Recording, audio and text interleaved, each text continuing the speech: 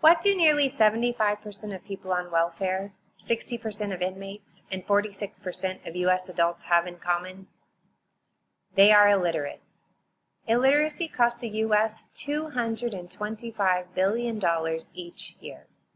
In fact, as of 2011, America was the only free market country where the current generation was less educated than the previous one. There's more.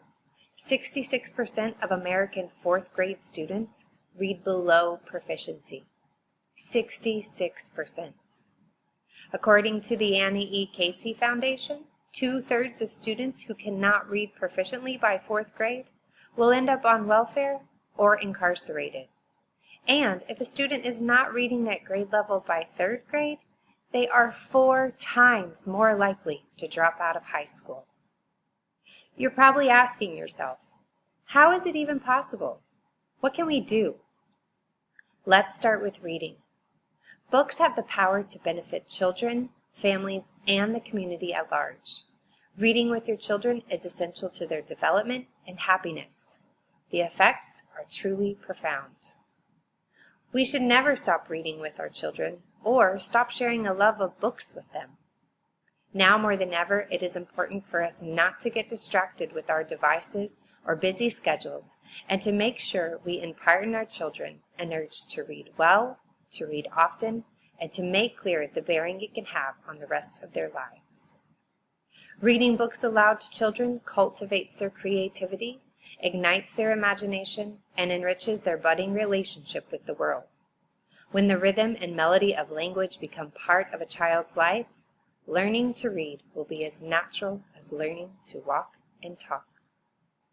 By about second grade, children are able to read by themselves.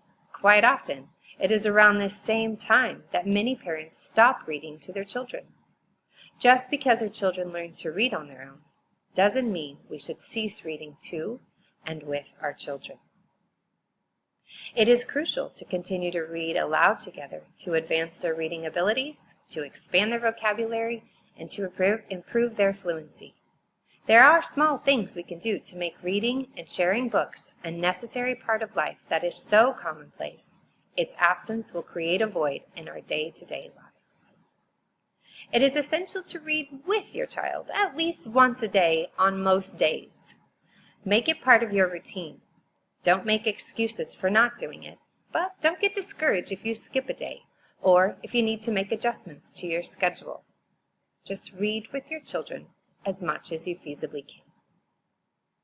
Doing this will send a clear message that reading is valuable and worthy of our time.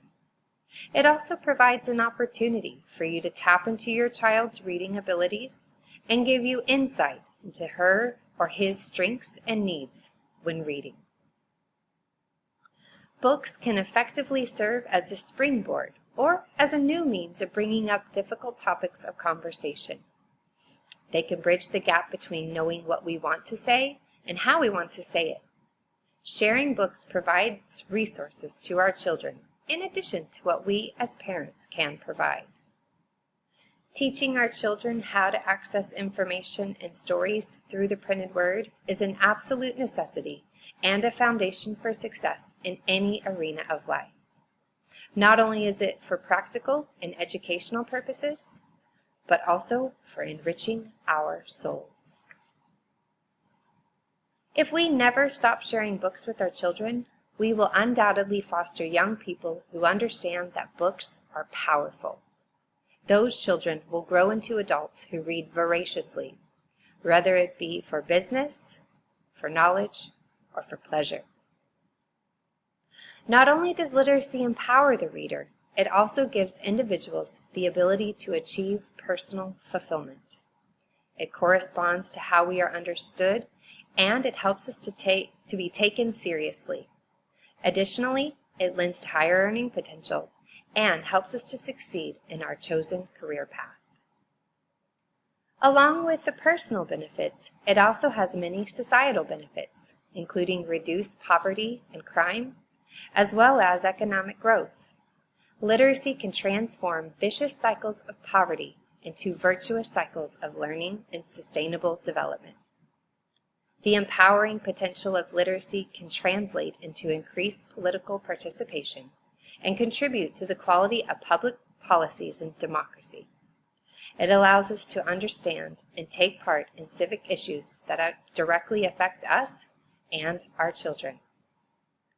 For my family, reading is a regular activity in our home and has been for most of my life, long before the birth of our first daughter. Our home is saturated with books, and I have done my best to make it the most enjoyable part of our nightly routine. Even if the toothbrushing and the pajama dressing is a hectic mess, we still come together, cozy up, and enjoy books. I know this special cuddly time comes with an expiration date, but the bond of sharing books together with your children never has to end. The facts and statistics surrounding illiteracy are daunting, but the simple truth is that we, each and every one of us, can impact change through our children. As previously mentioned, reading with our own children is essential. If you do not have children of your own, you can volunteer your time in the community through literacy programs or by reading with other children. Raising competent readers sets our youth up to reach their full potential, which empowers them to be capable and contributing adults. Giving kids the power to read truly makes the world a better place, not only for them, but for all of us.